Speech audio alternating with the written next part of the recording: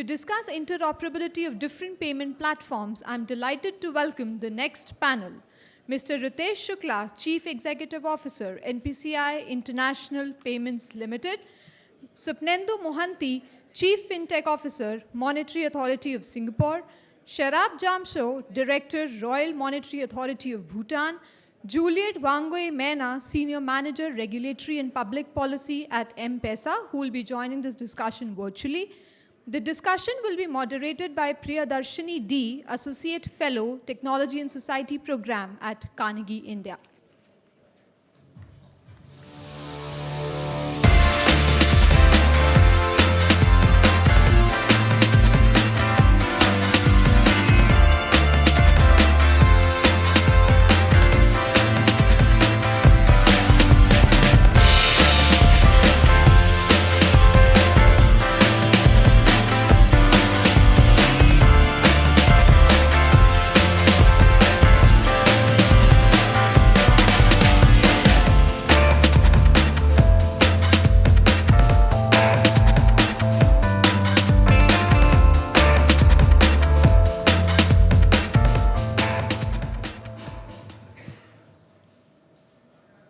Hello, everyone. Thank you, Shruti, for that introduction. I'm Priya. I'm an Associate Fellow with the Tech and Society Program at Carnegie, India. Payments are the lifeblood of modern economies. Technological advancements, coupled with enabling policies, newer business models, have dramatically changed the domestic payments landscape in the last few years. My colleague Shruti gave a few examples earlier. Pay Now in Singapore, UPI in India, Pix in Brazil, and M-Pesa in Kenya. You can now make payments by simply scanning a QR code with your mobile phones. But this is, however, in contrast with cross-border payments, which continue to be plagued by problems of inefficiency, delays, high costs, and opacity. Admittedly, cross-border payments are more complex, given the multiple jurisdictions, intermediaries, and regulatory frameworks in question. But with the intensification of trade in goods and services and mobility of people and capital, think of e-commerce, greater amounts of FDI, cross-border payments have also gained immense importance. Moreover, faster, transparent, and cost-efficient cross-border payments, especially real-time payments, that is, those that are both initiated and settled instantly, can immensely benefit people and economies worldwide, unlock billions in economic growth, and importantly, further financial inclusion. According to the PwC Payments 2025 and Beyond report, global cashless payment volumes are expected to increase by more than 80% from 2020 to 2025, and the Asia-Pacific region is expected to lead this growth, with its cashless transaction volume projected to grow by 109% until 2025. Recognizing the importance of cross-border payments, then, the G20, which represents 85% of the global GDP, over 75% of global trade, and about 2/3 of the world's population, has made cross-border payments a priority since 2020. Alongside these developments, companies and countries are also looking to replicate their success in domestic payments landscape outside their borders, sharing knowledge, technological infrastructure, or even technical know-how. Two examples come to mind. One is the interlinking between Pay Now and UPI, and also taking the story of Pay Now to parts of Southeast Asia. I think I can think of Malaysia, and also Prompt Pay in Thailand. This makes cross-border payments available to participants on both sides of the border. Built for the domestic or local circumstances, however, which could differ from each other on processes or policies and even incentives for adoption, the key questions are, how do we make these systems talk to each other? Or how do we make them interoperable?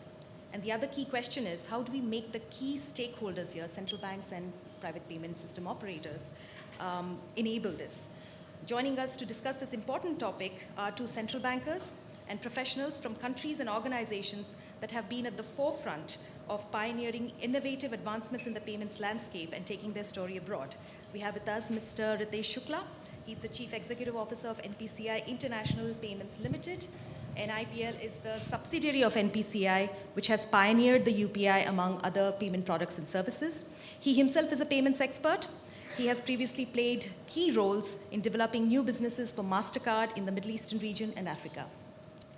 Our second panelist is Mr. Swapnendu Mohanty. He's the Chief FinTech Officer of Monetary Authority of Singapore.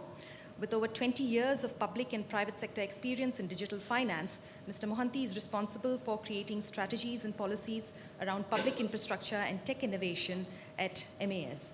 He's a renowned fintech strategist and was awarded the IT Leader of the Year by Singapore Computer Society in 2019. Joining us from our neighborhood is Mr. Sharab Jamsho. He's the Director of Information Technology at the Royal Monetary Authority of Bhutan. He's an experienced banker, having served for more than a decade with the Royal Monetary Authority, and we're looking forward very much to hearing some of the cutting-edge innovations and developments on cross-border payments taking place in Bhutan. And finally, joining us virtually from Kenya is Ms. Juliet Wangui Maina. She's a Senior Manager for Regulatory and Public Policy at M-Pesa. M-Pesa, as you know, is a leading mobile phone-based money transfer service largely operating across countries in Africa. Ms. Mena is an expert in information and communication technology policy and regulation. She handles M-Pesa's regulatory and public policy covering countries in Africa ranging from Kenya, Tanzania, DRC, Lesotho, Ghana, and Ethiopia.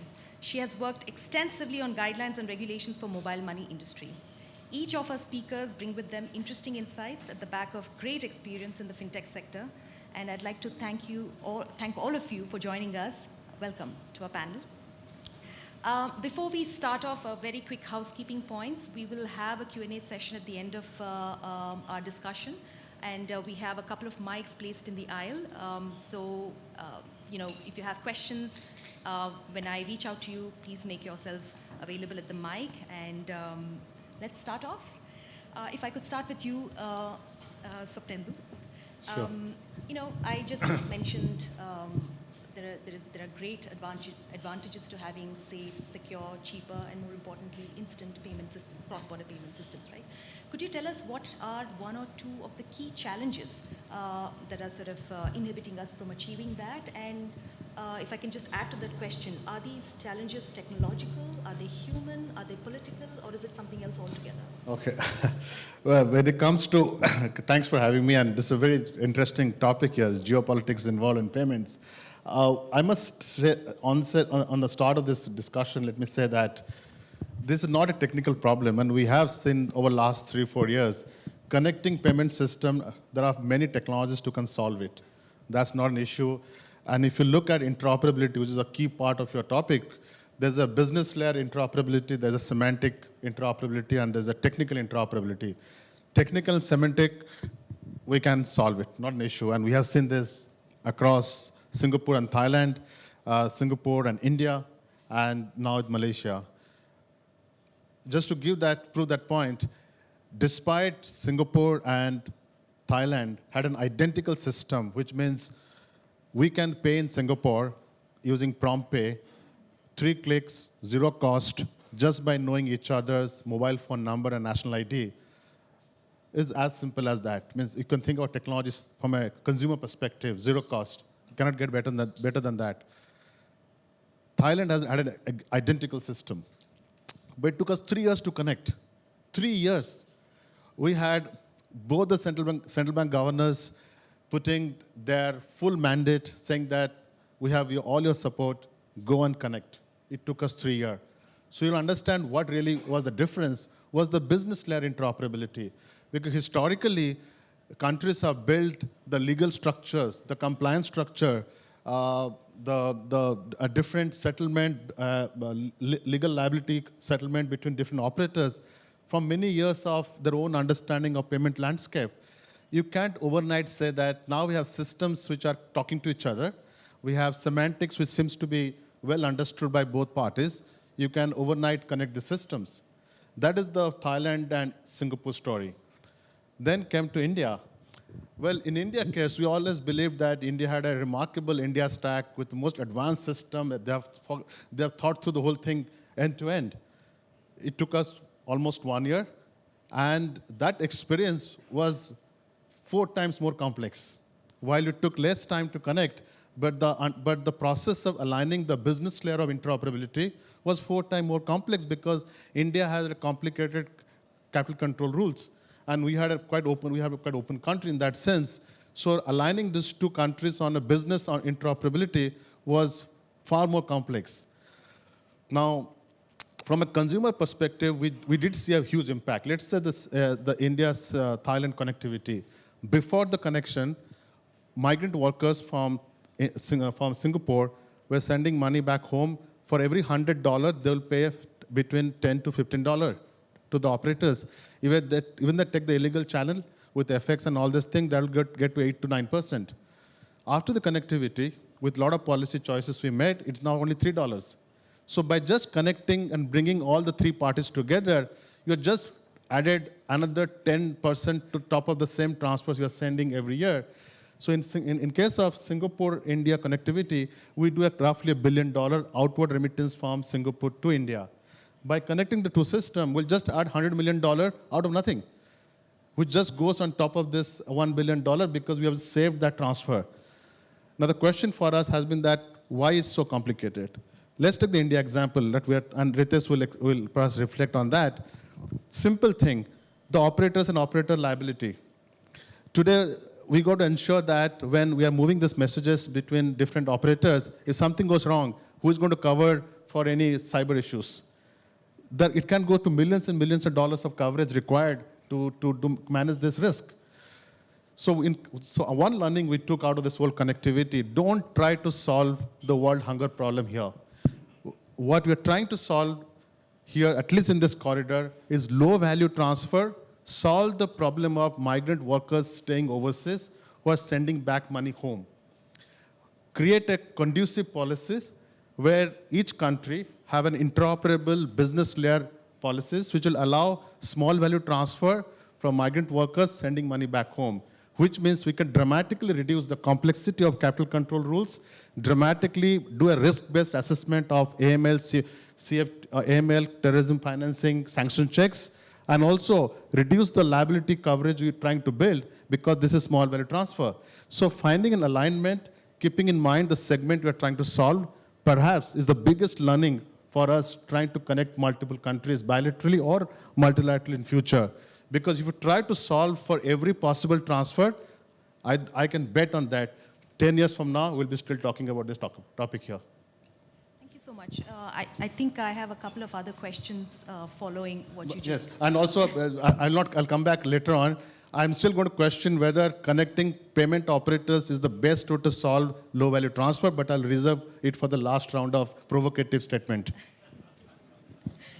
I will come back to you and I'll keep that in mind. But just sort of to move the needle along, I was wondering, Sharab, if you'd like to come in and perhaps, firstly, do you have any comments? Do you have anything to add to what Supnendu just explained in terms of the challenges when it comes to cross-border payments? And if you don't, then I was wondering if you could perhaps touch upon, why is interoperability so important and what might be, the many ways in which it can be achieved. I think Supnendu mentioned business, semantic, technological, but, I'm thinking, do we need multilateral agreements? Do we need bilateral agreements? Is there something else? Over to you. Maybe I'll add a few points on the first question on the challenges facing the cross-border payment and then move on to interoperability. I think there are a lot of challenges, and these challenges are quite unique across different countries and jurisdiction.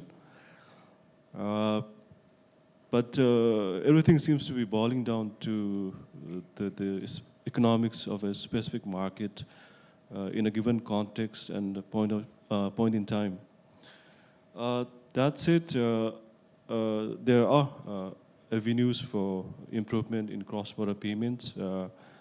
I think some of the twin challenges that we in Bhutan face with regard to cross-border payments would be high transaction costs and the delay in sending money. And in the current landscape, we do fairly understand that the cross-border payments, they involve a lot of complexity, risks, and operating norms. For example, the AML CFT compliance cost, the regulatory costs, and the FX liquidity requirements, and so on.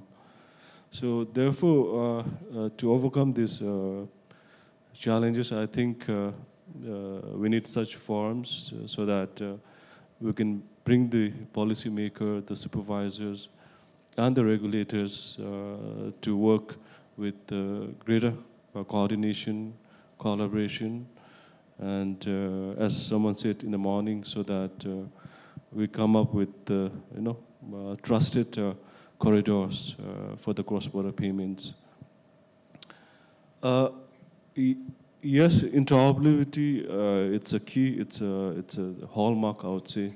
And the reason, obviously, is to boost access and inclusion, and therefore to amplify the utility of any payment system, and that being the hallmark in the parlance of payment systems. From a technical standpoint of view, I think it's no different.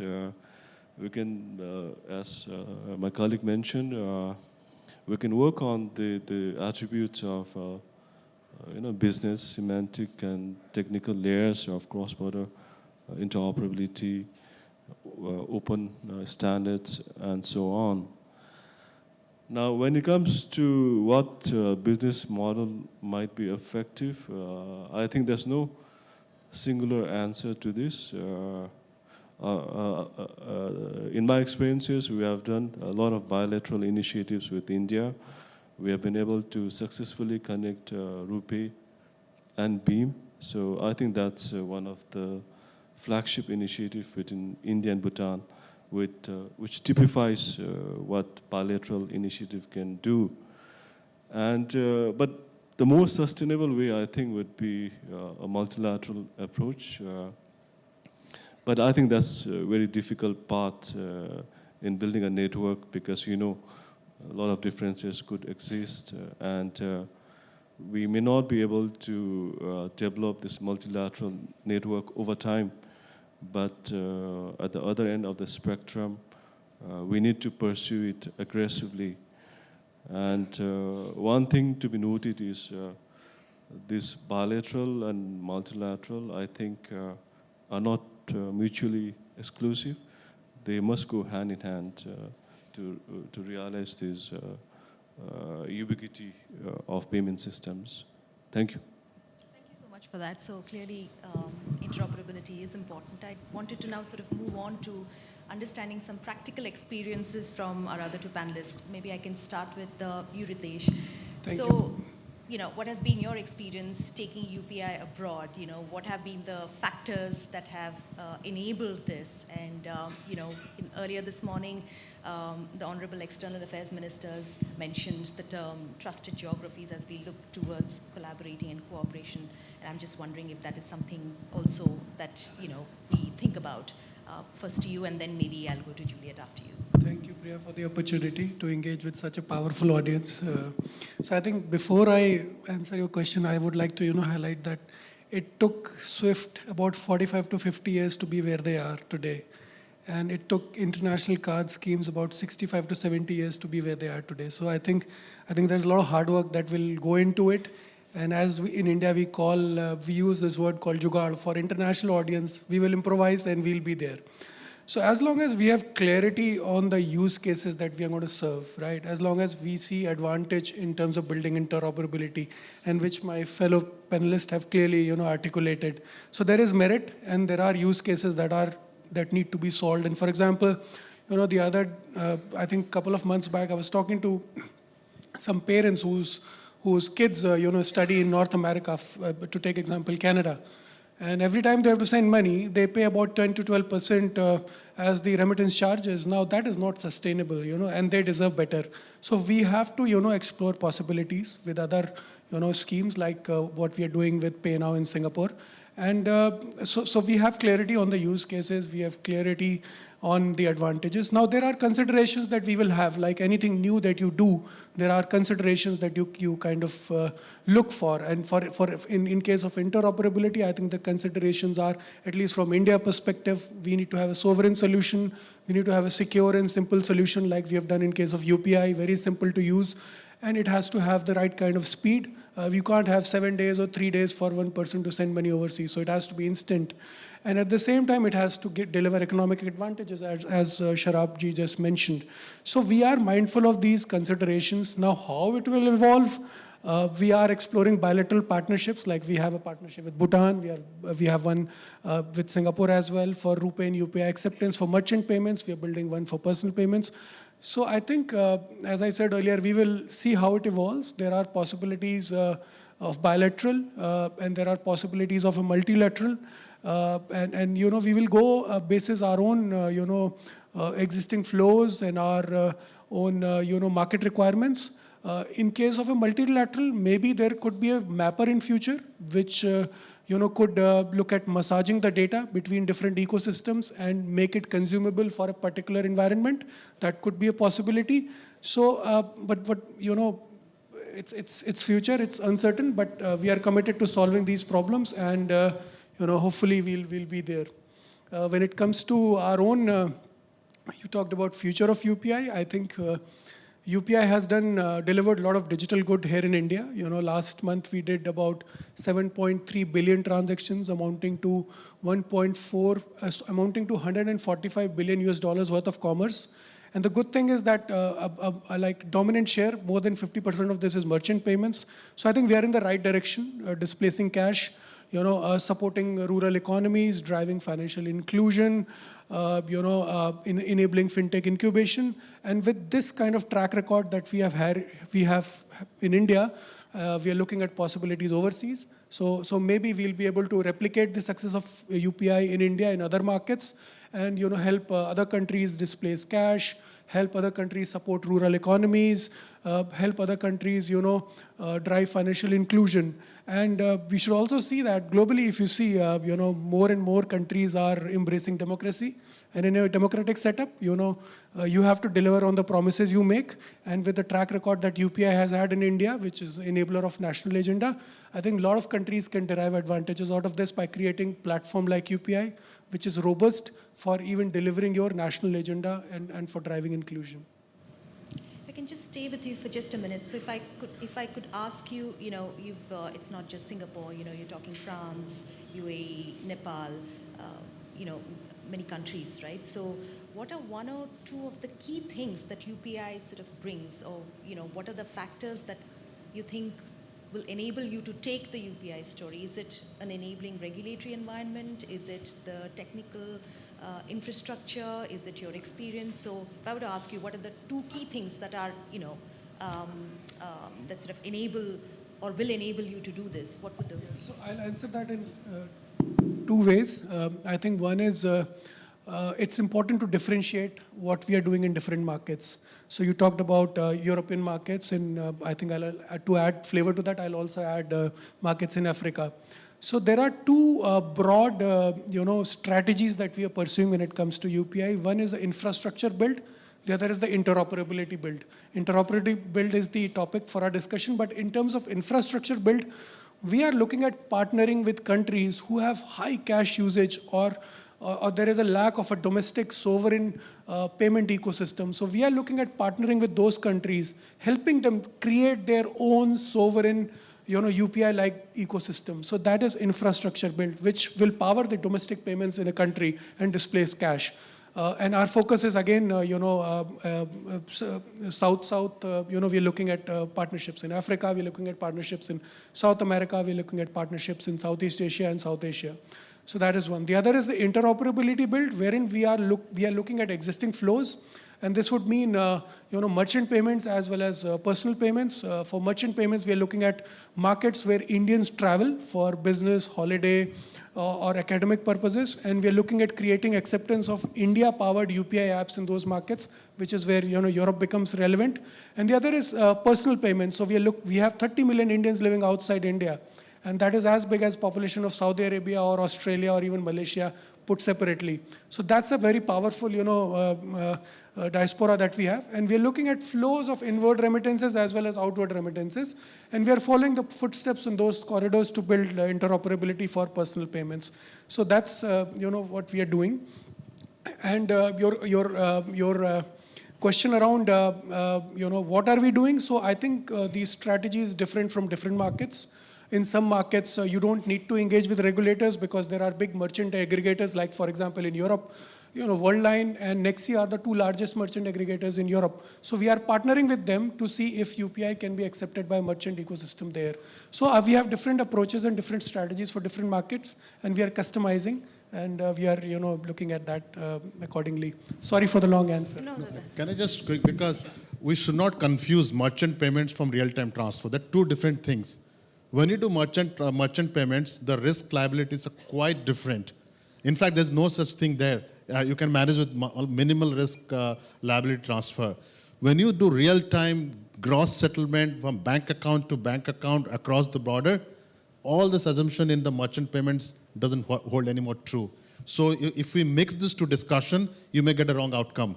So you got to be very careful in any conference, any panel, mix this to discussion. It'll give a wrong understanding to people here. I just want to make it very clear from a policy outcome. Because that can have an extreme, there's no sanctioned country for merchant payments, right? There's no central bank gray list for merchant payments. You only get for account transfers. So they're two different things. Right. And in fact, I mean, if I could just stay with you on that. So, as a central banker, when you're looking at, proliferation of different payment systems or linking with different payment systems, what are the one or two factors that you think about? I think your question to Ritesh was what India can do, right? I think what your real question was, can India export that software which they have built to have an efficient domestic transfer? I think that's gets a good ask. But the reality is that when he talks about can we work with a country who is high cash intensive country, I think his expectation is that there's an equal competing system or a competent system in the other side who can talk to India stack or Indian UPI rails. The reality is it doesn't exist.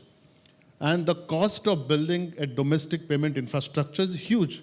Many countries can't afford to put that much money behind it. So we got to think a different alternate way to solve cross-border remittances over account. I'm quite early on my provocative statement that you can do it Singapore, you can do it Hong Kong, you can do it perhaps Middle East, you can do it UK, but how with the rest of the market? Do you expect them to put billions of dollars to upgrade their domestic payment infrastructure? I don't see it happening very soon. So to achieve that true multi-jurisdiction cross-border transfer, I sincerely question the current approach of using operator-to-operator models. I'll quickly move on to Juliet. Juliet, so M-Pesa, incredible success story in Kenya. I think about 96% financially included, up from 8 or 10% maybe 10, 15 years ago. Millions lifted out of poverty. My question to you is, you've tried to take M-Pesa outside Kenya to other parts of Africa, and I think you also initially tried in India as well. I think that has not met with the same success as it has in Kenya. So I was wondering if you could share with us, what worked, what didn't, and could interoperability have been one of the factors? Great, thanks Priya, and thank you for having me on this panel. So I think that's a really good question. I think a good place to start is with the origin of M-Pesa. So M-Pesa came about to solve a problem of transferring money, a problem of sending money back home within Kenya. And out of that built so many different use cases and ways in which M-Pesa could be used. So I think that was the first success. I think we focused, and it has kind of been mentioned here, is that we focused on solving one problem to begin with. And then out of that, we built the trust, we built the rails, and that then transformed into a platform that we see today. So I think if we look at other markets, which thinking about dynamics in different countries, what we've realized is dynamics are very different. The technology, as you've mentioned, is not usually the problem. The problem may not even be the business case, perhaps, but it could be a regulatory challenge. It could be a customer, behavioral thing where customers are not particularly looking for that particular problem to be solved, and you then need to be able to address a particular problem in a particular market. So, when you look at it that way, then you see how much context is important in terms of the success of M-Pesa. We have been able to move into, I think, 6 other markets, and most recently Ethiopia, or soon to be Ethiopia. And that's a key learning for us, is that each Each market is very different. We focus on solving the problem, on building partnerships. We're not trying to do everything under the sun. And so in that way, then we're able to build also cross-border transfers through partners. We focus on partnerships in the ecosystem. And in that way, we're able to then reach multiple players. In M-Pesa, you can also transfer money across certain other M-Pesa players. I think this is also a contextual thing, but not necessarily merchant payments or P2P, but you can withdraw. So for example, if you are in Tanzania, you can withdraw money from your M-Pesa, from your Kenyan or Safaricom M-Pesa account because of the M-Pesa that's sitting in both markets. So there are certain levels of interoperability that have been achieved. I think a lot of it is bilateral. It's, some of these operator-to-operator engagements with minimal regulatory barriers. That's how we've been able to achieve it. Interestingly, in a lot of our countries, we're also still trying to address interoperability within the country. So there's that other aspect, which is really interesting to watch, in that the central banks are putting out, say, switches and mandating certain levels of interoperability, getting involved in, how those need to be carried out or undertaken. And so that's, another, maybe a conversation for another day, but just, if we're talking about context and the different dynamics, perhaps the Africa context is also slightly different from maybe what we're discussing here today. Thank you. I hope I've answered your question, Priya. Yes, thank you so much. Thanks. I just wanted to pick on a couple of threads from all that you've said. One, I want to go back to you, Swapnendu. So you mentioned earlier that rather than taking a sort of comprehensive, sweeping approach to changing cross-border payments, you said take discrete approaches, look for what the problem is, and then solve for that. And I was wondering, from your experience, obviously, so if you could elucidate a little bit, and also then talk about a little bit more about why you think the current approach may not be optimal, and what should we do apart from what you suggested. We talked about the bilateral connectivity because from Singapore perspective, we are trying to understand the business layer interoperability issues. And we have enough of learning from Thailand, India, and Malaysia, which we are going to go live soon. But doing bilateral connectivity is mentally very exhausting. You just can't do it. It is not scalable, and you need champions in every country to stay on the topic for more than a couple of years. It's just not going to work. It has got scalability issues, and it has other challenges. So what's the alternate we have? BIS came along, and they started a project called Project Nexus. And there they talked about a common gateway where multiple countries can connect, and that can be a common switch, which will allow interoperability to happen, hoping that central construct has the alignment among multiple countries on the three layers of interoperability from semantic, technical, and the business layer. And all of you are strongly encouraged to read that report. And it is a very nice, well-designed thought process in terms of what can be a future infrastructure to solve such problem. But we have to see from an implementation perspective whether they're going to land in the same problem. My last 2-month experience with India on when it comes to legal interoperability, I just have less of hope that this will work on a multilateral connectivity. It's just so complex. The legal structures are so difficult to have a common understanding. India has a very valid reason why they want that way. Singapore has a valid reason why they want that way. Very hard to bring that understanding. The only way we could do it, thanks to RBI, that we could, as Rita said, that stay focused on use case. If the use case is low value transfer, you're solving a particular set of user segments problem, you can do away with this complex legal and compliance requirement, redesign that format to the risk this particular user community bring to the system. So that's a practical, pragmatic way to go about solving this cross-border transfer. Do we have any other better alternate to these two models? I think we have. And the answer lies with cash. Sorry, going back. And why I say cash, and I see Mohandas Pai here. If I give him a cash Singapore dollar and we exchange and he gives me Indian rupees, it is a bearer asset which we are exchanging. There's no reconciliation, there's no settlement, there's no account checking happening. Can I tokenize these two pieces of currencies, put in a common platform Why can't we exchange it? Why can't we exchange on a common platform a tokenized version of respective sovereign currency, put it in a network? Of course, I understand it's not so simple, but we can actually cap it and put to a level where every participating country using common ledger or common platform put the tokenized version of the sovereign currencies and find a way to move around. It solves the process of the segment of population we're trying to solve, especially India's G20, financial inclusion is a big part of the agenda. Maybe that's the way to go about. Use the old cash example, find a new way of representing technically on the platform using shared ledger and solve it. Then you can get rid of all the liabilities risk, all the counterparty risk, all the operator infrastructure risk, because it's a bearer instrument and you don't have to worry about it. But I don't recommend cryptocurrencies. I'm damn against that. It's all complete rubbish. But at least we should think about taking the technology out. Already the market has priced them out to zero. And take the technologies already being built, use it for our own benefit. Use central bank way to tokenize the currency, common platform, take it out, and use it for our benefit to solve really a problem which cannot be solved in my mind using the traditional construct of account-based transfer, multiple operators, liability settlement, risk coverage. Too complex for me. What will happen to all the intermediaries then? Well, but large values still go through them. I'm talking that I don't think that this solution works for large value transfers. Anything above $1,000, we got to go through a current infrastructure, NPCI, NETs, BCS, and all this thing, because there is a reason why they exist.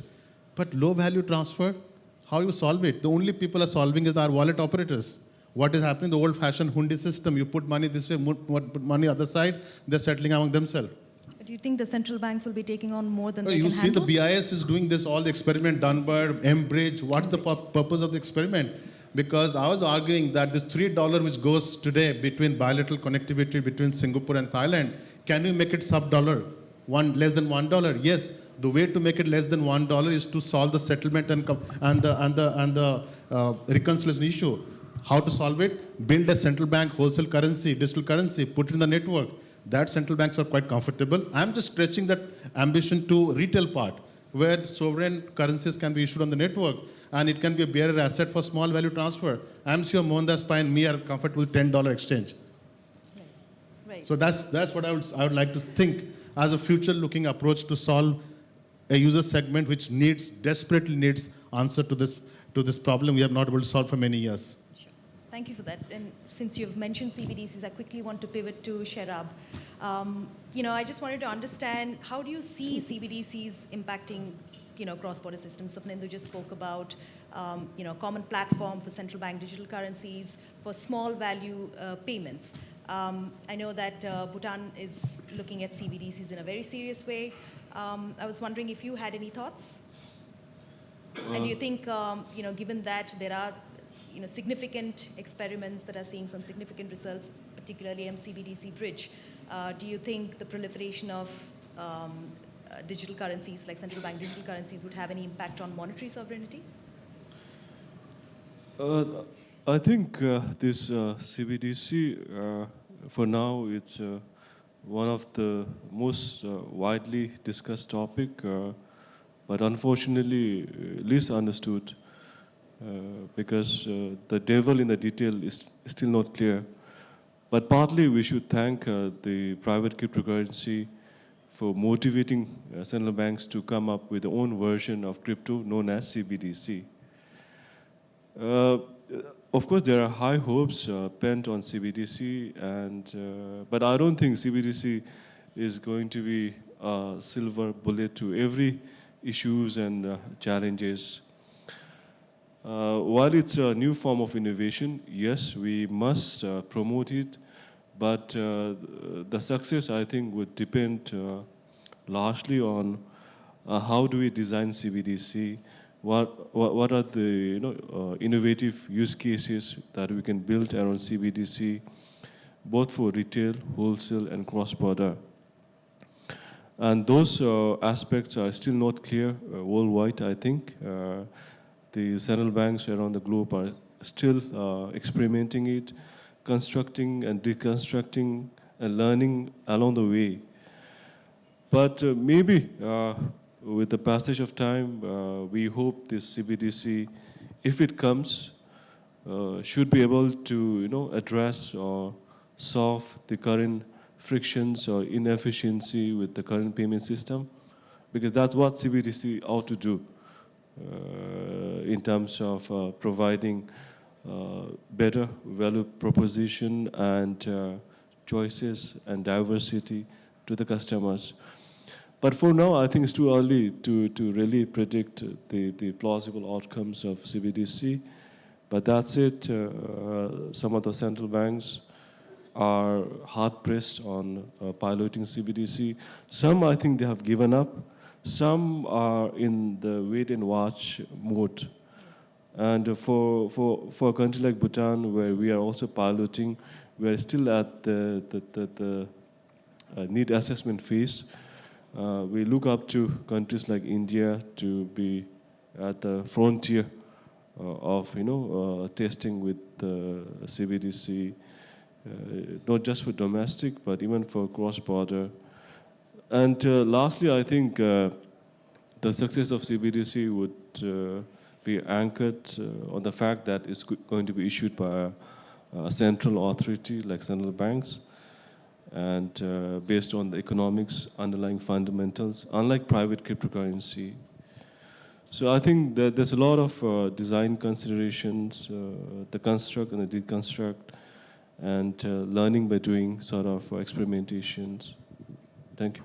Thank you. Just a quick, the CBDC means central bank digital currency. It can also mean commercial bank digital currency. You can issue the same currency backed by fractional system, not necessarily 100% liability of central bank. So there are two versions of CBDC. Yeah.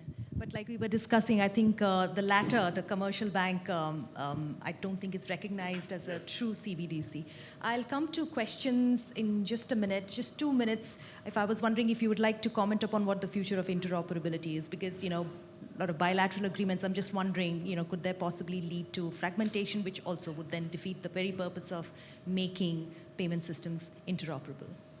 So like I said, Priya, I think the situation is evolving, right? And there is no silver bullet. So I think we all will learn and we'll be wiser in future.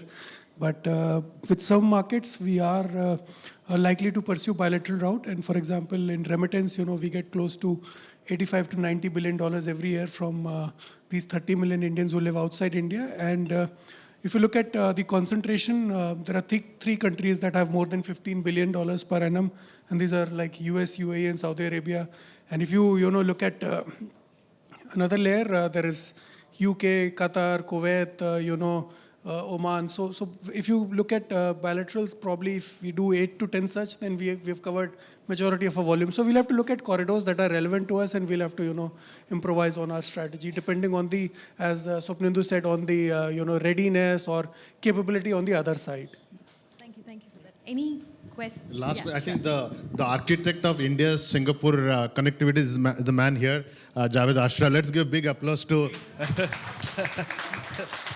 So he was not a high commissioner in Singapore. He was a project manager for us, chasing every day to do it right. So I want to thank Mr. Javed Ashra for his strong project management role in helping us to move along. Thank you so much. Thank you, Javed sir. See how he's scared? Thank you, Javed sir. How much he has scolded us. He's on the next panel. Any questions from the audience? Anything? Sure, yes. No, my question is very simple. So, can you create a ASEAN digital currency which can be used? Can you create a ASEAN digital currency which can be used across the ASEAN with other countries? For example, Indo-ASEAN, let's say Middle East ASEAN. The Middle East is a GCC country, and they can easily do it because they have a common currency. Is it possible for economic blocks to create something which can be used for transfer between the economic blocks, accepted by all countries within the bloc? I think the part of the answer is Mohandas is already there in the bilateral swaps. Today exists, right? Today, many countries during last 2-3 years have built as bilateral local non-US dollar swaps with these countries. I think that's almost like a template for if you go to that route of settling with non-US dollar for certain value, because still US dollar is a larger reserve currency. For liquidity purpose, you still have to go there. But if you go by use case, it is a reality, and there are some early indication of by policy, by design of the swaps, you can actually do it. Answer is mild yes, but you have to trade very cautiously because it has got a lot of geopolitical implications when you do ASEAN blocked currency settlement. Yes, there are some early trend, it is possible. I think this question. Yeah. Could you please introduce yourself and then please proceed to ask the question? Thank you. Hello, am I audible? Yeah, okay.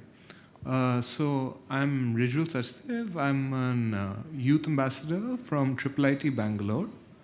So I enjoyed the discussion. My question was regarding finance in an age of privacy. So I was curious to know, after the Schrems 1 and Schrems 2 judgments, so the EU and US are now dealing in terms of standard contractual clauses, and sometimes with respect to derogation of Article 49(1)(a).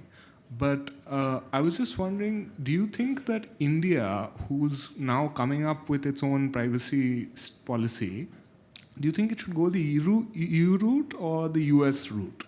As in, should it give more autonomy to the states to decide their own policies, or should it have one central policy for the entire country and go more with a rules-based manner than a consent-based manner? Is it for anyone specific or is it for all the No, panelists? it's open to the panel. It's a very complicated question. You can give it a shot. I have. Or Ritesh, if you want to. Well, I guess your question was when you say consent-based versus rule-based, means you mean on the payment context or generally from any transfer of information? Just to understand your question better. In this case, it would be in the payment context.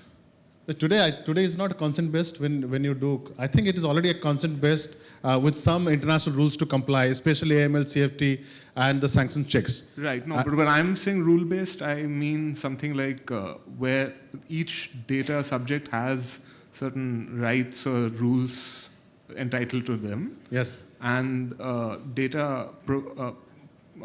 processors have the responsibility to not harm or derogate any of those rights. Okay, and this is in the I think in the retail transfers today we don't have that issue, right?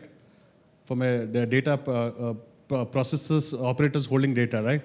So it is bilateral between the beneficiary and the sender, and I think you are talking in context of a private on a private e-commerce platform when this information move. I think in our panel today we're talking of real-time gross settlement, where the existing architecture doesn't have that problem. It's a consent-driven, rule-driven, and the data never stays at each other respective operators' end. Ritesh, you want to add something? I'm not a subject matter expert on this, so I don't intend to. He's too scared to respond to that question. All right. I'd like to thank all our panelists for. All right. Very quickly, because we're running out of time. Yeah. Hi, this is Shubham here from Kautilya School of Public Policy. My question is to Mr. Ritesh. So after so many years of introduction of UPI, the exponential rise in transactions, why do you think there is still a steady rise in currency in circulation even after UPI was introduced, even after demonetization? Thank you. So I think when you look at UPI, if you look at the first full year of operation in 2017, the volumes that UPI did was about $8 billion. And hopefully this calendar year we'll cross $1.5 trillion. So that's from 8 billion in first year to 1.5 trillion. I don't think any other payment ecosystem in the world can claim to have achieved that kind of growth. Now, your question around cash still being there, you also have to look at the macroeconomic factor. From I don't know, in 2016, maybe we were a $1 trillion economy. Today, we are a $3 trillion economy. So the pie is also increasing. But I think the way we are, UPI volumes are growing. It's the day is not far when, the cash is going to go down. And anyways, you can see it in the numbers, like the ATM deployments by banks are going down. That is something that you need to take note. The other is if you look at the transactions on UPI does about like last month we did 7.3 billion transactions on UPI, and combined all the cards portfolio in the country, they do about 550 million transactions. So there is a lot of traction that we are building, and the delta is going to speak for itself in times to come. Thank you. Thank you. Thank you, Juliet. Thank you, Sharab, Ritesh, Sapnendu. Thank you to the audience for your great questions. Good evening, and we're on to our next panel now. Thank you so much.